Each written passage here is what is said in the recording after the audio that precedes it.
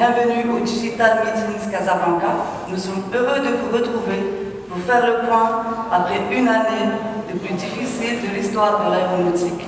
La crise pandémique a révélé des faiblesses, mais aussi des forces et des opportunités. C'est ce que nous verrons ensemble tout au long de cette conférence.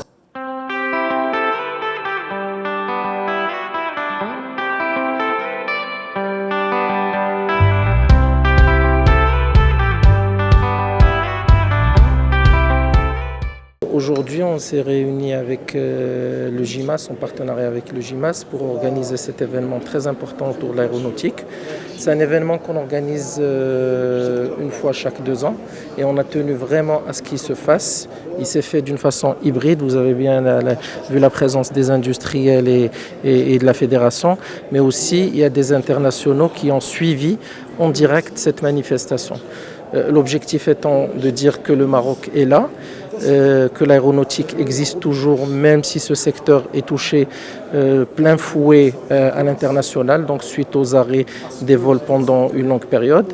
Mais on a remarqué que tous les témoignages des industriels qui sont installés au Maroc, ce sont des témoignages optimistes et avec du concret, c'est-à-dire des réalisations d'investissements qui n'ont pas été annulées et qui ont été maintenues, à savoir cette installation au Maroc durant cette période Covid.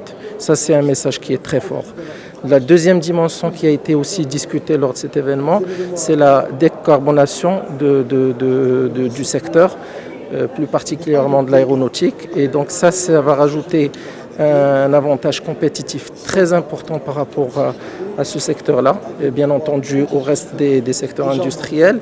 Et ce secteur-là particulièrement sera encore une fois leader en termes de technologie et en termes d'amorçage de cette énergie verte à travers la fabrication en propre, et donc éviter les taxes carbone, éviter tout ce qui arrive d'ici 2023. On n'a pas encore assez d'informations très claires par rapport à ça, mais c'est pour tout de suite.